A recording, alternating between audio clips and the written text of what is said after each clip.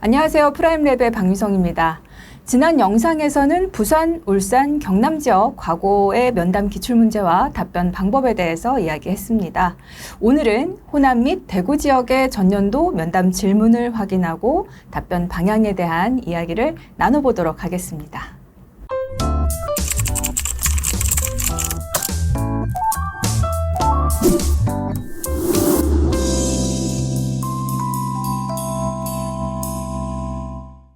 먼저 전북과거에서는 베이지의 정리란 무엇인지, 조건부 확률이란 무엇인지에 대해서 질문을 했네요. 여러분이 답변을 할 때는 이 베이지 정리의 개념이 뭔지 우선 좀 밝혀주고 관련 공식을 제시를 하는데, 이때 공식의 각 항이 무엇을 의미하는지를 좀 간략하게 짚어주셔야 되겠죠. 그리고 개념이 일상이나 과학에서 어떻게 활용되는지 예시를 들어서 설명을 한다면 단순히 공식을 암기하는 수준이 아니라 개념을 정확히 알고 활용하는 능력을 갖추었음을 어필할 수 있을 겁니다.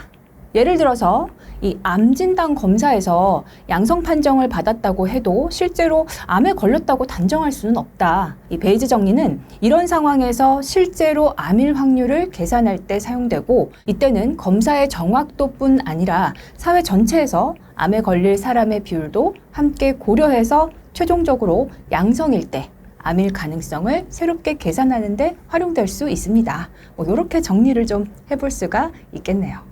또 전남과거의 경우에는 서류를 중심으로 질문이 좀 많이 나온 편이었는데요. 중일 수학에서 소인수 분해가 중요한 이유를 물은 뒤에 학생이 수의 특징을 알 수 있기 때문이다, 이렇게 대답을 하니까 추가적으로 수의 어떤 점이 중요한지를 질문을 했습니다. 학생이 수의 특징을 알 수 있다라고 이제 대답을 한 거는 물론 이제 좋은 시작이긴 하죠. 그런데 면접관이 여기에서 멈추지 않고 그 특징 중에서 구체적으로 무엇이 중요한지를 이렇게 추가로 물었다라고 하는 것은요, 이 학생이 소인수 분해를 개념적으로 이해하는 것을 넘어서서 이 수학적 문제를 해결하는 도구로서 그 가치를 알고 있는지를 좀 확인하려고 한 거죠. 그렇기 때문에 이 소인수 분해의 가장 중요한 활용 목적 두 가지인 약수와 배수, 그리고 최대 공약수와 최소 공배수를 먼저 좀 명확하게 제시를 하고, 이 두 개념을 어떻게 구현하는지 원리를 좀 설명을 하면서 이 소인수 분해의 효율성을 강조할 수가 있고요. 그 다음에 이제 약수의 개수를 구하는 공식을 예로 들어서